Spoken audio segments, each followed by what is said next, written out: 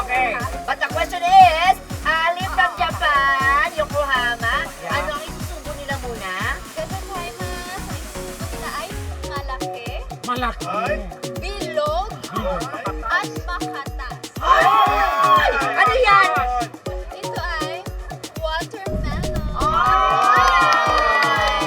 Kaya pala. At siyempre ito ay tumataginting na 75 points. 75 points na itong round na ito. Kaya wag mo pakampante ang team like.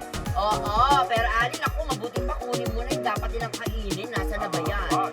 Watermelon, watermelon, papaya, papaya, banana, Hoy! banana, Hoy! banana, Iba yan! banana. Yun lang yun. Sa Paris, ganun yan. Iba yun. Ready na.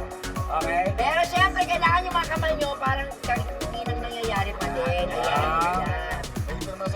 Oh my God! Bawal hawakan ng player. Kailangan yung bungangan nyo lang yung gumagalaw dyan. Okay, inulit natin. Ayan, tama yan, Royce. Oo. Si Royce, pag 75 points. dilaan talaga at salagtakan. Diyan magaling si Royce. Nanalo si Royce. Kaya nga eh. Ayan, pero bago nyo gawin to, syempre, eye to eye muna kayo. Eye to eye naman, eye to eye. Oh, yan. Okay. Kaya naman, guys, ready, get set, T-Bats, on the go!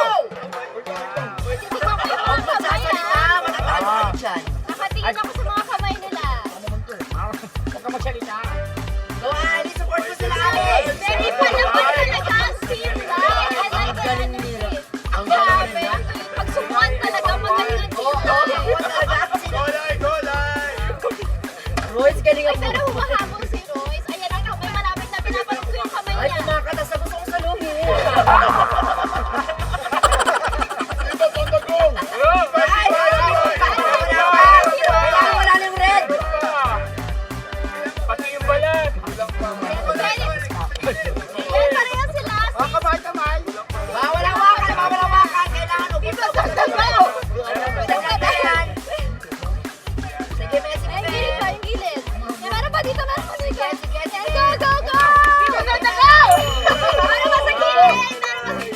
Sino ang maraming naubos?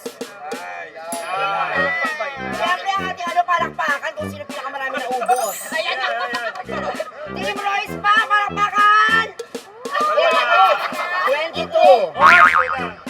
Team Lai. Team Laiba! Gutom.